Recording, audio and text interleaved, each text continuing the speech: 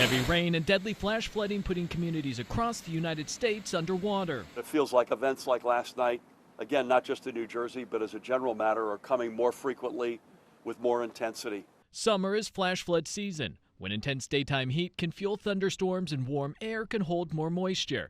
But experts say these recent events were more significant for several reasons. Along with high daytime temperatures in parts of the country, we've also seen record levels of atmospheric moisture, which helped drive heavy rainfall that led to deadly flooding in Texas and North Carolina.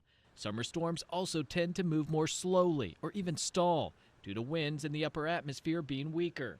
And as a result, just deluging places that are not designed to handle that amount of precipitation in that short a period of time.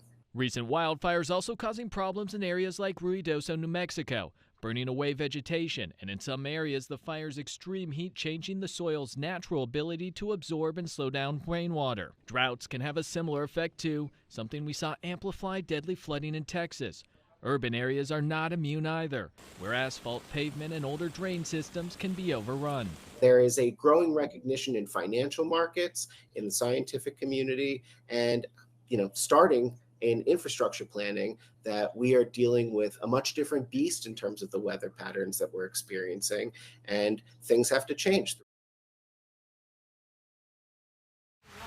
It's already been a summer of devastating and deadly flooding events across several states. And now a new tropical system is swirling toward the U.S. Gulf Coast, where it could strengthen in warm waters over the next few days. Once it gets there, the National Hurricane Center is giving it a medium chance of building into a tropical depression. The same system brought showers and thunderstorms to parts of the Florida Panhandle this morning, on the heels of earlier storms Tuesday that nearly killed 3 vacationers in St. Augustine. Jamie Schuyler and her parents were leaving a pier at the beach after seeing lightning in the distance. Seconds later, I got struck, but then it kind of knocked me sideways. Then she looked over and saw her 82-year-old father lying face down. It struck him in the head and came out his chest. So they had a big hole in his shirt where it came out. Amazingly, he survived. And Jamie says he was even talking from his ICU bed after being airlifted to a Gainesville hospital. Forecasters predict the most serious flooding risk from this newest tropical system could come later this week and into the weekend, where parts of Alabama, Mississippi, and southeast Louisiana could see between 4 and 8 inches of rain. Should it become a tropical storm, it would be dubbed Dexter, becoming the 4th named storm of this year's Atlantic hurricane season. I'm Laura Aguirre reporting. A plane load of evacuees arrived in Winnipeg as wildfires continue to threaten their homes in northern Manitoba. With a family man like me, yes, there's big stress. Our luggages. Michael McDougall and his family left their home in Garden Hill First Nation over the weekend. It does suck to be here, but this is what we're given, and we gotta make the best of it, So, yeah, it sucks staying here, but I know there's a lot of communities that are in trouble the same as us. Other communities near Garden Hill, like Wassagamak First Nation and St. Teresa Point in the province's northeast, are nervously watching as fires continue to inch closer. The chief of Wassagamak says his community is evacuating at-risk patients. Right now, we're just boarding the plane. As you can see, there's people on plane right now. And the province is preparing to house more evacuees as the situation worsens. The government of Manitoba and Indigenous Services and the Canadian Red Cross are planning to be able to receive even more people in the south as the fire risk is still strong and people need to move to safety. As many flee south, hundreds of firefighters remain on the front lines. 20 firefighters from Mexico have joined the firefight near Thompson, which is the largest city in northern Manitoba. They are among the some 250 international firefighters here in the province. Thompson Mayor Colleen Smook is grateful for the support from around the world. Our New Zealanders, they're on the way, 40 of them, and they'll be dispersed to the fire south of us. As for McDougall, he hopes to go back to his community and is praying his home will still be there. It was very traumatic, but I tried to stay calm, but you feel the water coming up. Camille Allen was floating in her car down Grove Street Monday evening, which had turned into a roaring river. She first felt the water on her feet while in the driver's seat, and then on her calf when she decided to look out of the sunroof for a possible escape. That's when she saw her rescuers. There were 3 guys that came and took me out of the car. I have no idea where they came from. By the time they got over to me underneath that tree, the water was waist deep. They got me out of the car, and I was underneath that awning. All along Grove Street, cars were being swamped by rainwater that caused the nearby Stony Brook to flood. We met Genesis Burgos and her dad in their backyard, where he was cleaning up a stranded fish and a busted fence. My backyard was like very flooded. It was like the whole deck was just like covered in water. Not far away in Plainfield, streets were also flooding as 6 inches of rain fell in 2.5 hours. There, 2 women died when trapped in their car in high water. That car was swept away into Cedar Brook. Finally, we also had a chance to look at damage in Berkeley Heights, where asphalt was torn up, cars flooded, and trees pulled from the ground. The mayor of Berkeley Heights is Angie Devaney. She gave us a rundown of what she's been seeing around town. Large boulders that have rolled down Mountain Avenue.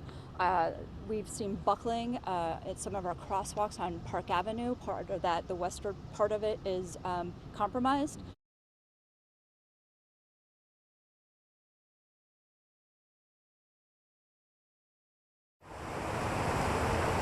A local state of emergency issued for the city of Petersburg from the city entrance, Old Town, and the Appomattox near Ettrick.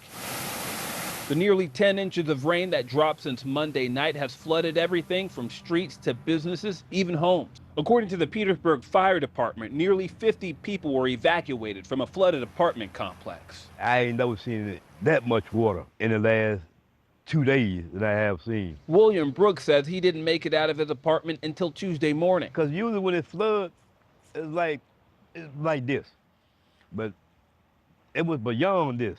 The whole street here, back there, the backyard, everything was flooded. As bad as the flooding is now, he says Monday night was even worse. Mother Nature, you know, so you got to make the best of what you can. But Mayor Sam Parham says Tuesday's flooding goes beyond the forces of nature and speaks to decades of neglect. Shall I say over 50 years, we have been asking the Corps of Engineers to do the proper dredging that needs to be done to open up the harbor channel which leads to the Appomattox River.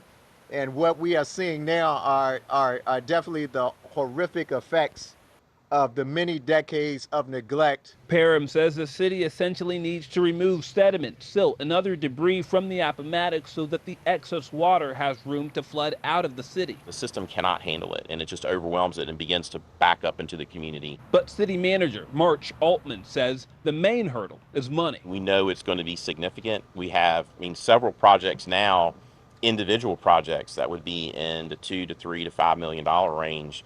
Imagine multiplying that across the entire city. Mayor Parham says city leadership has been in contact with Governor Glenn Youngkin's office to drum up necessary support and funds to address Petersburg's infrastructure issues. He believes the state of local emergency declaration should help with getting state and federal resources. But Altman says even with the help and short-term debris removal solutions, the big fixes could take decades. If we had all the resources necessary at our disposal, funding and everything, we're still looking at many, many years, 10, 20 years to address all the stormwater needs in the community.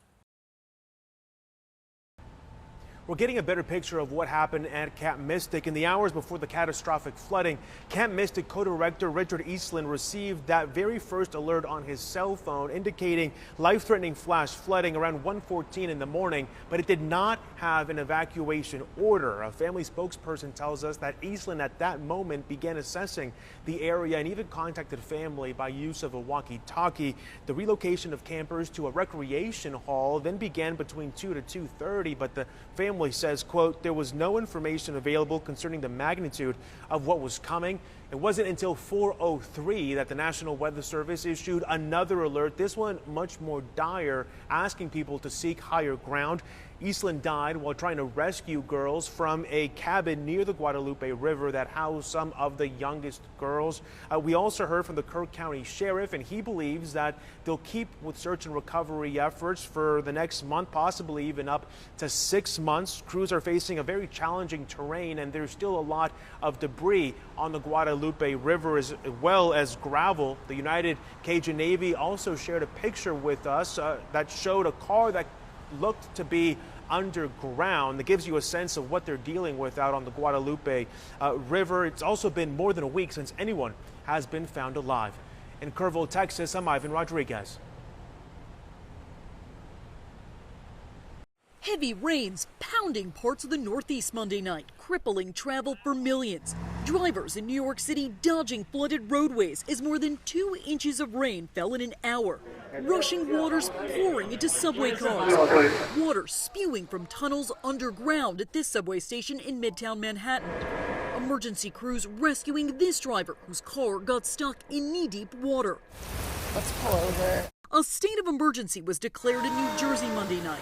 I couldn't get in my car last night because it was flooded out. Cars left covered in mud from all the rain. I've seen water gushing out of the roadways. I've never experienced that, almost like a geyser. Governor Phil Murphy assessing the damage Tuesday. This clearly was a significant weather event. One of the hardest hit areas was in Plainfield, where rainfall totals reached 3 to 5 inches.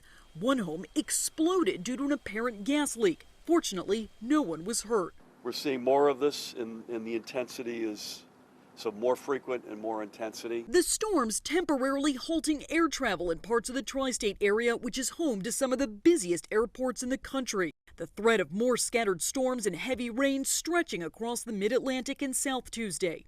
Meanwhile, out west, people are dealing with sweltering heat and wildfire threats. The iconic red rocks of the Grand Canyon blanketed in smoke as firefighters battle nearby flames. The dry, hot conditions combined with wind increasing the threat for possible fires. In New York, I'm Jen Sullivan reporting. It felt kind of post-apocalyptic a little bit. Overnight in Newark Valley, severe flooding turned to a harsh aftermath.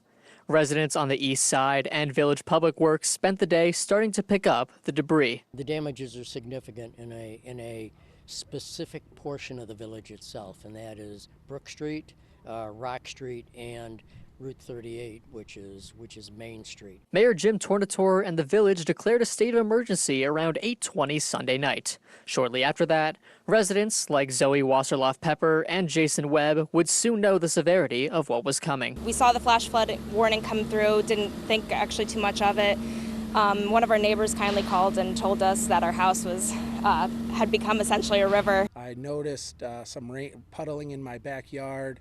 By the time I got back to the front of the house, there was brown water coming down the street, and I recognized that would be a problem. The two, along with the rest of the area, woke up Monday morning to see the extent of the damages on their properties. My man cave garage, as you can see behind us, is completely destroyed with about 4 or 5 inches of mud all around it. So it's all cosmetic type damage. My pool's the liner's probably ripped out, but nothing time can't fix. We got about 3 feet of water in our basement, I think, at its peak. We're starting to get it out now.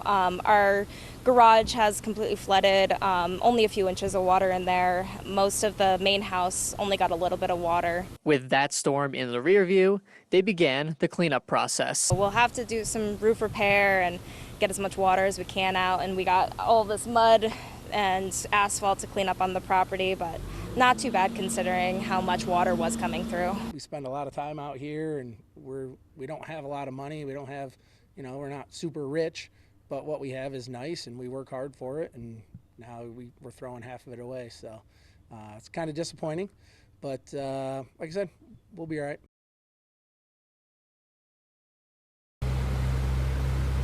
Tens of millions of Americans are coping with severe weather or its aftermath today. Whoa. The Northeast is recovering from overnight floods. New Jersey is under a state of emergency declaration. New York is dealing with subway station flood damage that also affected some train cars. This man seems okay after a rescue in the suburbs, while these drivers chose to turn around in the Bronx. The FAA warns of air travel impacts in New York, Washington, and Boston. In southern Pennsylvania, officials report a number of water rescues. They say Lancaster County got 7 inches of rain in less than 5 hours yesterday. Meteorologists say Maryland and D.C. were in the core threat area overnight. Meanwhile, near the Grand Canyon, it's just really devastating. A historic lodge is in ashes due to a rapidly spreading wildfire. It's taking a big chunk of the park and taking it offline for at least a couple of years. In Utah, the Monroe fire is burning. That's a big concern, protecting the structures as we can and keeping the public safe. And in Central Texas, recovery efforts continue after floods killed more than 100 people. We have seen the best of humanity. We truly see God's hand at work. I'm Amy Kiley reporting.